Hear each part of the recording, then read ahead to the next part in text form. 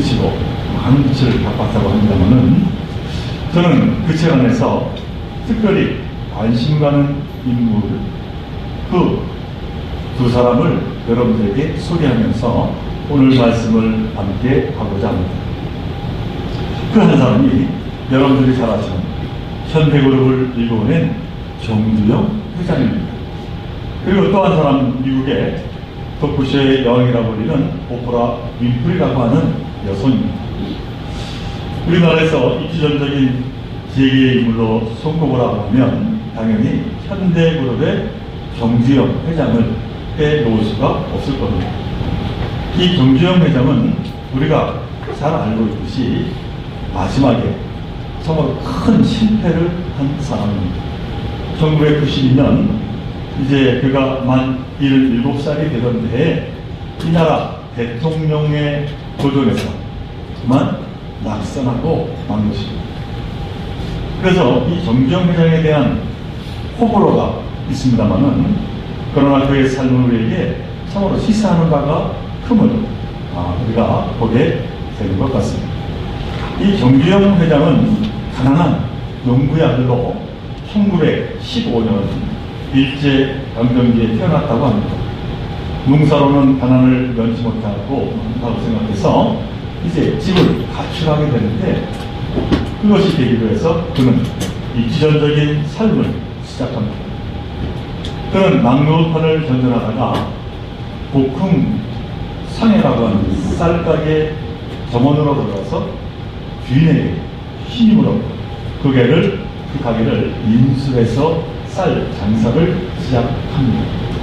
그리고 나서 1940년에 빛을 내어서 아도 서비스라고 하는 자동차 수리 공장을 열게 됩니다만은, 그만 연기 20일 만에 화재가 일어났어 모두 다 타버리고 빚더미에 담게 됩니다.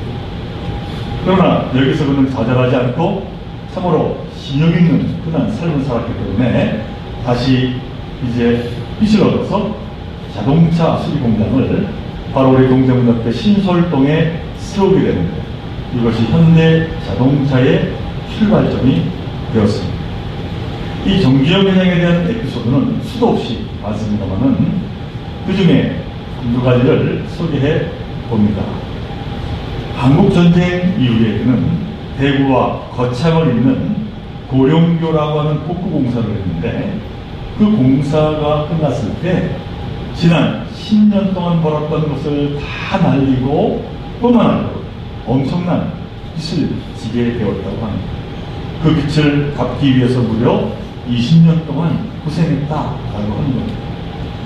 이 공사가 45살에 이제 끝을 냈으니까 65세까지 그 빚을 갚았다라고 하는 겁니다.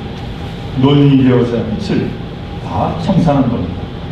어쩌면 평생 빚만 갚고 사는 삶을 살았다라고 하는 겁니다. 그런데 그 어려움을 겪을 때마다 오뚜기같이 일어나서 이 정두영 회장은 그 이겨낸 힘을 한마디로 이렇게 표현했다고 합니다. 일하는 것이 행복하기 때문에 그 모든 것이 문제될 게 없었습니다. 도전하는 것이 행복했기 때문이다 라고 하는 그러한 말이었습니다. 이 정두영 회장이 임원들하고 새로운 사업을 할 때마다 참으로 찬성하는 임원이 별로 없었다고 합니다. 그래서 임원들이 반대할 때마다 정두영 회장이 하는 이야기가 있었다고 합니다. 임자들이 저는 반대하는 것을 보니까 이 일은 반드시 성공할 거야 했다는 것이죠. 한국에 석유 파동이 터졌을 때 당시의 청와대는 원유를 사려면 달러가 필요하기 때문에 사우디아라비아로 가서 건설 공사를 할 수 있는지 노동부에 알아보라고 지시를 했다고 합니다. 그래서 조사단이 그 사우디아라비아에 파견되었습니다. 그리고는 절망적인 답변을 가지고 옵니다. 첫째, 사우디아라비아는 회교 국가라서 술집이 없어서 우리 노동자들이 가서 적응하고 일하기 힘들다. 둘째, 사방에 모래밖에 없어서 우리 노동자들이 일할 환경이 못 된다. 셋째, 물이 없어서 건설, 공사 하기가 불가능하다. 이러한 조사를 하고 왔습니다. 이 보고를 들은 대통령은 중동건설 계획이 실질적으로 불가능하니 없던 일로 발표를 하게 됩니다. 그러자 이 소식을 들은 이 정주영 회장이 대통령에게 이러한 편지를 써 보냈다고 합니다. 첫째, 사우디아라비아에 술집이 없으며 노동자들이 번 돈을 탕진하지 않고 모두 집으로 보내게 되니 우리나라는 조금이나마 부자가 된다. 둘째, 사방에 걸린 모래는 건설 자재로 쓰면 된다. 셋째, 바닷물을 끌어서 담수로 쓰면 된다.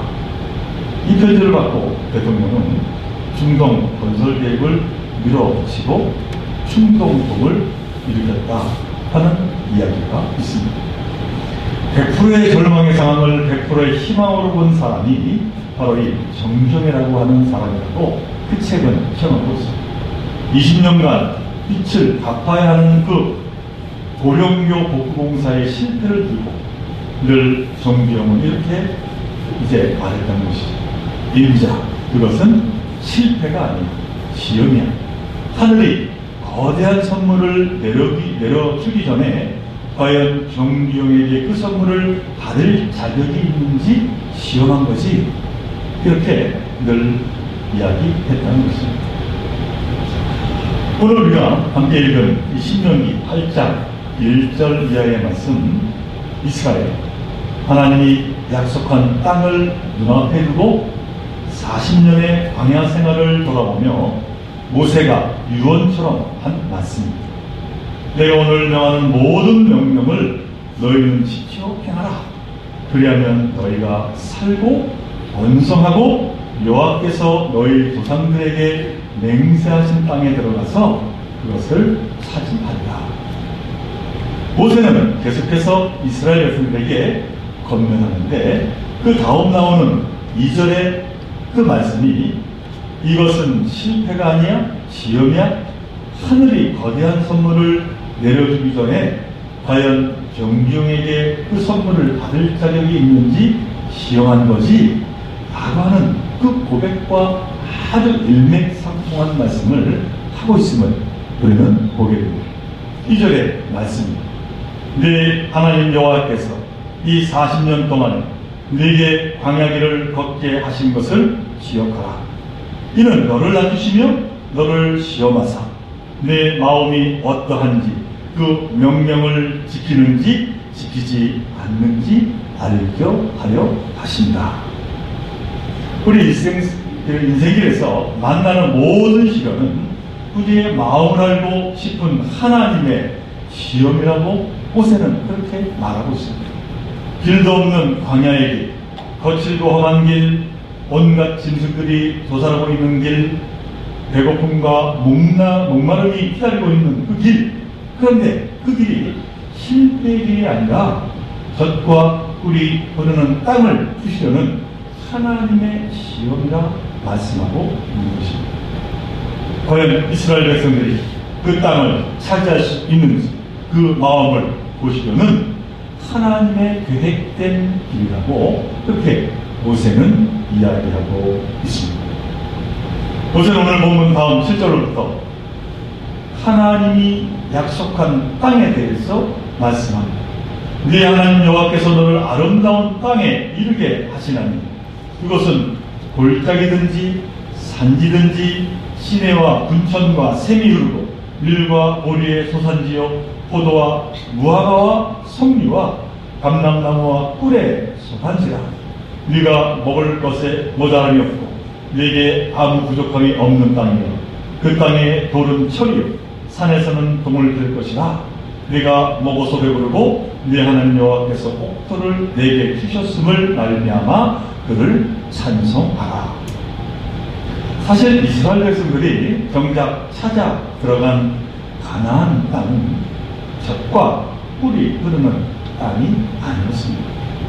여리고 근방을 제외하고는 거의 모두가 자갈밭이었다라고 하는 겁니다. 그러나 그들은 그 땅을 목토로 바꿨습니다. 그들은 무엇이 젖과 꿀인지를 광야길을 통해서 알게 된 것입니다.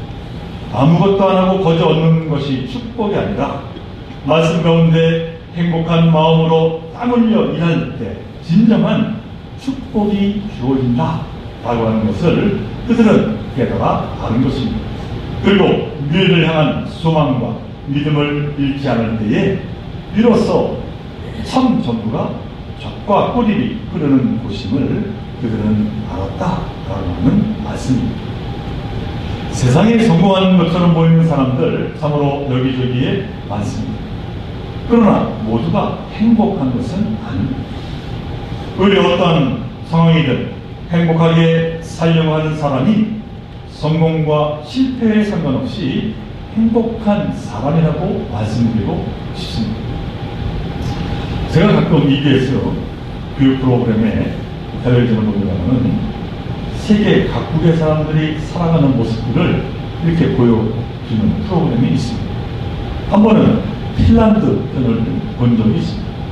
그런데 그곳에 한 젊은 청년이 남들이 부러워하는 한 전도 유망한 직업을 포기하고 지방 고향에 내려가서 농기구를 손수 만드는 대장장이 일을 하는 것이었습니다. 그래서 한국 기자가 찾아가서 물었습니다. 왜 좋은 직장을 놔두고 이렇게 힘든 일을 합니까? 그의 답은 아주 단순했습니다. 이 일이 너무 재밌습니다. 한평생 짧은 인생을 사는데 내가 제일 행복한 일을 하면서 살아가야 하지 않겠습니까? 물론 사회보장제가 잘 되어 있어서 사는데 크게 어려움이 없으니 그러한 이야기를 하지 하는 생각을 제가 했습니다만은 그래도 저는 그의 답변이 참으로 부러웠습니다. 행복한 일을 하고 삽니다. 사랑하는 교우께서 여러분, 어떤 일을 하든지 행복하게 살아가시기를 간절히 바랍니다. 아멘. 즐겁게 사시기를 바랍니다. 아멘. 하나님 오늘 주신 신명기 말씀에서 어떠한 처지에서든 소망을 잃지 말고 행복하게 살아가라고 말씀하고 계십니다. 사실 믿는 자들이란 바로 이러한 삶을 살아내는 자들입니다. 그리스도인이라고 하는 것은 지금의 고난을 넘어선 미래의 영광을 흑암 속에서 빛이 있으라는 하나님의 음성을 듣는 사람들입니다. 죽음을 이긴 영원한 부활을 믿는 사람들이 바로 우리 그리스도인이다 하고 하는 사실입니다. 그러니 믿는 자의 삶이 어찌 행복하지 않을 수가 있겠습니까? 물론 인간적으로 생각해 볼 때 고난에서 영광을 바라본다라고 하는 것 비현실적인 사고일 수가 있습니다.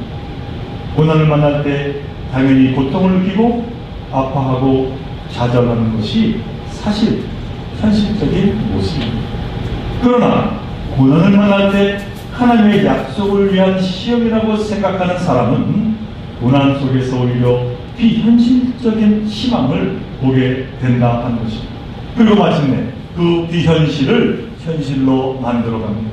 그래서 오히려 그 고난에 묻혀 침몰하지 않으며 감사를 찾게 되고 소망 가운데 행복을 이루어간다라고 하는 말씀입니다. 정경회장이 많은 이제 어록을 매겼습니다만은 그 가운데 이러한 말이 있습니다. 장애물은 뛰어넘으라고 믿는 것이지 걸려서 넘어지라고 믿는 것이 아닙니다. 오늘 본문 말씀처럼 광야의 길은 확실히 장애물입니다. 그런데 그 장애물을 설치해 놓은 분이 바로 하나님이시라고 말씀합니다. 그리고 하나님은 우리로 그 장애물에서도 불평하지 않고 감사하며 하나님의 약속을 믿는 사람인가를 시험한다는 것입니다. 바로 그 장애물 너머에 젖과 꿀이 흐르는 땅을 예비해 놓으셨기 때문입니다. 오프라 윈프라고 하는 그 여인은 여러분 아마 한 번쯤은 들어보았을 것입니다. 미국 토크쇼의 여왕이라고 불리는 흑인 여성입니다. 그녀는 빈민가에 태어났고 사생아였습니다. 더욱이 9살 때 그만 성폭행을 당합니다. 그 비극은 14살까지 계속되었고 그는 14살에 조선아를 낳습니다. 20대 후반에는 4년 넘게 만난 유부남의 마음을 얻고자 그 남자가 즐기는 마약까지 같이 했습니다. 그러나 결국 그녀는 버림받고 말았습니다. 그런 그녀가 오늘 미국에서 가장 영향력 있는 여성 중에 한 사람이 되었습니다. 무엇이 그녀로 하여금 그 험난한 여정에서 벗어나서 새로운 인생을 살도록 했을까? 그녀는 자신의 행복의 비결을 두 가지로 말하고 있습니다. 하나는 진정한 감사, 다른 하나는 완전한 믿음, 이렇게 고백하고 있습니다. 그녀는 이것을 예수님에게서 배웠다고 고백합니다. 그녀가 가장 좋아하는 성경 구절은 데살로니가전서 5장 16절로 18절 말씀이라고 이야기합니다. 항상 기뻐하라, 쉬지 말고 기도하라, 범사에 감사하라, 이것이 그리스도 예수 안에서 너희를 향하신 하나님의 뜻입니다. 여기 항상 쉬지 말고 범사라고 하는 말에 우리는 주목해야 합니다. 곧 좋은 일을 만나든 나쁜 일을 만나든 슬픈 일을 만나든 이라고 하는 의미입니다. 우리는 어떻게 힘들고 좌절하고 실패할 때 기뻐할 수 있냐고 반문할 것입니다. 고난을 만날 때마다 우리는 기도가 안 나온다고 말합니다. 나쁜 결과를 얻을 때 어떻게 감사할 수 있냐고 묻습니다. 그러나 이 오프라 윈프리는 누구보다 불행했던 시절을 딛고 일어섭니다. 그녀는 자신을 침몰시키고자 하는 그 고난과 고통에 대해 손 내미신 예수 그리스도의 손을 붙잡고 일어서게 되었다라고 하는 것입니다. 그녀는 그렇게 자신의 삶을 간증하고 있습니다. 인생이 벼랑 끝으로 몰릴 때마다, 아니 때로는 그 벼랑 아래로 추락해서 처참하게 부서질 때마다 난 마음에 눈을 뜨고 눈부신 미래를 바라보았습니다. 그러면 어느새 고통은 사라지고 대신 행복이 찾아왔습니다. 그래서 난 언제나 웃는 얼굴로 다시 시작할 수가 있었습니다. 그런 시간들이 쌓이고 쌓여서 지금의 내가 되었습니다.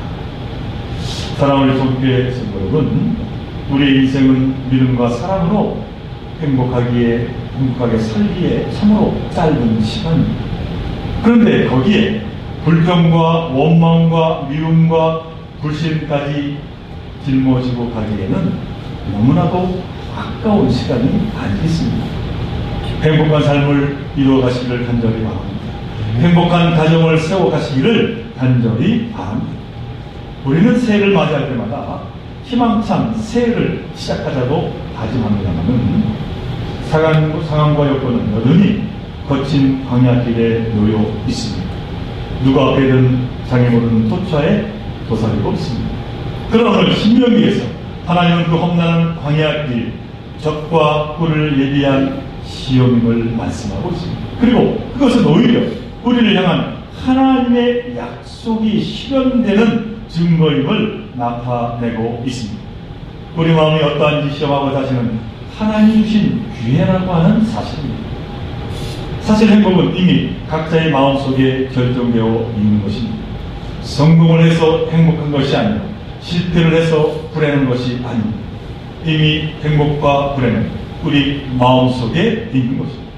실패하든 성공하든 그 어떠한 형편과 처지이든 감사하는 마음, 기쁨의 마음, 기도할 수 있는 그 믿음의 마음을 가질 수만 있다면 우리는 그 어떤 것도 우리를 침몰시키지 못할 것이기 때문입니다. 사랑하는 교회 성도 여러분, 오늘 어둠을 물리치고 빛으로 오신 예수 그리스도를 맞이하는 이 주연절 둘째 주, 참으로 믿음 가운데 깜깜한 흑암에서도 앞길을 비추시는 그 예수 그리스도를 바라보며 소망의 삶을 이제 살아가시를 간절히 바랍니다. 거친 인생의 광야길에서 젖과 꿀이 흐르는 약속의 땅을 미리 맛보며 힘차게 주신 귀한 삶을 감당하며 앞으로 나아가시를 간절히 바랍니다. 하나님께서 여러분들에게 놀라운 축복의 삶을 허락하여 주실 줄로 믿습니다. 2018년도는 그 어느 해보다도 행복한 한 해가 되시길 다시 한번 주님의 이름으로 간절히 축원을 드립니다. 우리 함께 읽어드립니다. 사랑하는 하나님, 오늘 신명기의 말씀을 함께 보았습니다. 우리에게 놓여있는 광야의 길은 우리를 넘어뜨리는 그 길이 아니라 우리에게 이야기하신 놀라운 하나님의 정말로 축복된 삶을 주시기 위한 하나님의 놀라운 섭리가 담겨 있음을 말씀하고 있습니다. 바로 근데 주신 귀한 그 믿음의 삶을 감당하는 참으로 행복한 삶을 살아내는 저희들 모두가 되게 하여 주옵소서. 날마다 하나님께 영광 돌리는 저희들 모두가 되게 하여 주시옵시기를 간절히 바라오며 이 모든 것 우리 주 예수 그리스도 이름으로 기도하옵나이다. 아멘.